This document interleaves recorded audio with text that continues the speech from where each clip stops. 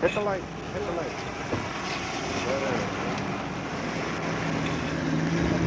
Toward them, Dave. No. Right there. Okay. Just lost.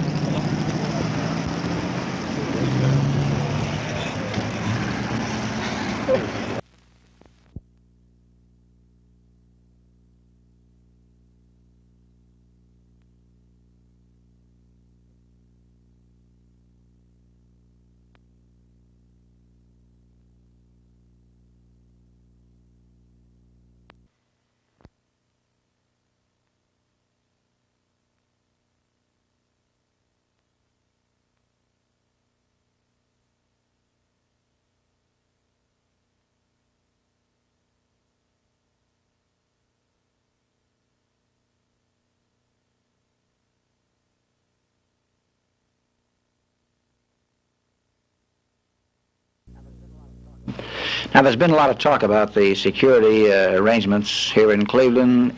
Has it been the same in other cities that they come in with police escort and often do not meet the crowds? Yes, there are two features of this. First of all, we do need security, because otherwise we might be in difficulties. But we do like, and we don't see why we shouldn't be allowed to, meet the crowds. We have this problem at every airport. We come in, we're told on either by radio or when we reach the airport that there are something like 4,000 or 5,000 people, or 400 or 500, but that we can't meet them because the police say they can't handle the crowd. Now, this always redounds on us, because we're asked at the press conference the following day, and the kids themselves will ask, why couldn't we see them? We would say that guaranteed certain safeguards, like a limousine escorted, that we could at least wave. I say we, I mean the Beatles could at least wave, you know? Just drive past and wave. Because the kids are very good and very loyal and very undemanding. All they want is to see them.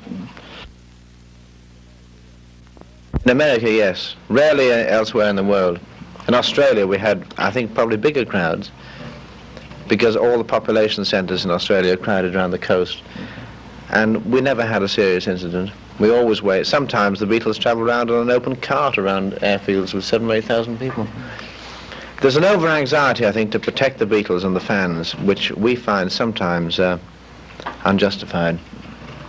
So in the case of coming into Cleveland, you arrived at kind of a private side of the airport and were brought down to the hotel and a back entrance and so on. Yeah, well, the hotel situation is different from an airport. The hotel is always the vulnerable point.